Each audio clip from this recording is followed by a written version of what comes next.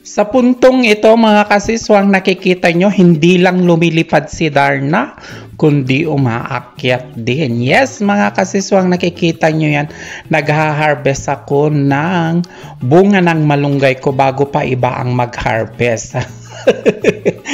Mga kasiswang, gumagamit ako ng hagdan kasi mataas yung malunggay. Kasi yung mabababang bunga niya, yung nasa baba, kinukuha nila na di sila nagpapaalam. Ito yung tinatawag nilang literal na ikaw yung nagtanim, iba ang umaani. Kaya mahirap na, kaya tirahin na natin bago pa tirahin ng iba. Buti na lang may mataas tayong hagdan. Late na ako nakapag-video dyan kasi marami na akong na-harvest bago ko maalala na ay mag-video nga pala ako para maipakita ko kung gaano kagaling umakyat at hindi lang gumagapang si Kuya nyo Ricky. Shout out sa lahat na manggagapang dyan. Yan yung nakuha ko guys. Late na ako nakapag-video. Naalala ko mag-video pala ako. Tapos meron pa akong nakuha sa ibang puno. Pero pinasok ko na sa loob. Ipakita ko sa inyo mamaya. Ayan na. Yung nakuha ko. Tsaka yan kanina. Yung isa. Di ba ang dami? Ayan na lahat mga sis. Yung nakuha kong bunga ng malunggay. Late na kasi ako naalala na mag-video ako. Ang dami. Praise God. Thank you Lord. Ang dami tayong nakuha. Ayusin lang natin. Yung mga iba siguro dito, kung makapunta ako sa church, dadalhin ko. Pero kung hindi, ibibigay ko na lang sa kaibigan ko na malapit dito. Pero nawa, makapunta ako ngayon sa church para madala ko ito. Itong iba. Kasi ang dami. Marami ako talagang kinuha kasi hoping na makapunta ako sa church ngayon para madala ko yung iba dito. Pag binili mo ito sa vegetable shop o kaya sa grocery, mga siswang, naku, napakamahal nito. Buti na lang may tanim ako. Matataas yung pinagkuhanan ko kasi yung mga nasa baba, kinukuha nila, nilulupin nila, maraming mating dito. Maraming kumukuha na hindi nagpapaalam.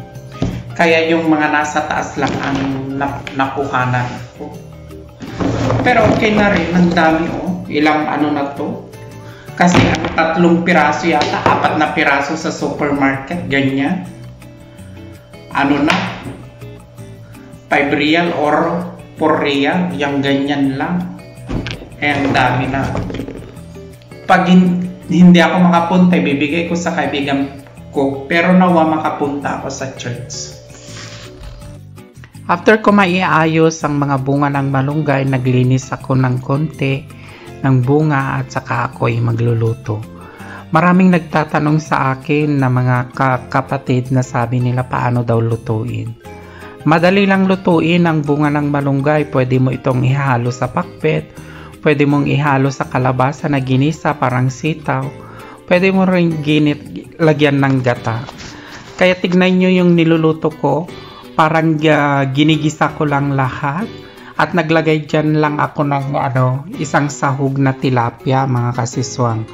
After that naglagay ako ng tubig at saka tinimplahan ko yung sabaw. Tapos inilubog ko na yung kalabasa at saka yung bunga ng malunggay.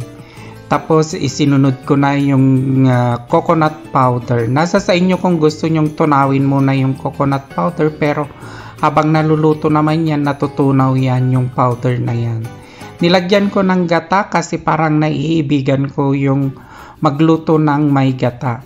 Pero pwede naman mas masarap kung di nyo nalagyan ng gata yan. Ihalo nyo sa pakbet, sa bunga ng kamote, o kaya sa mga munggo at gulay. So ayan na mga kasiswang yung ating nilutong gulay.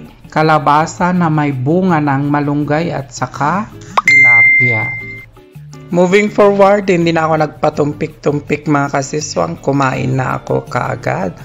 Kumuha na rin kayo dyan ng bahaw mga kasiswang para kumain na rin kayo at sabayan nyo ako mga kasiswang. Ayan, salamat pala sa mga walang sawang sumusuporta at tumatangkilik sa aking mga vlog at mga reels na video. Ako po ay nagpapasalamat sa inyo lahat mga kasiswang. Bye bye mga kasiswang, Diyos te Agnina.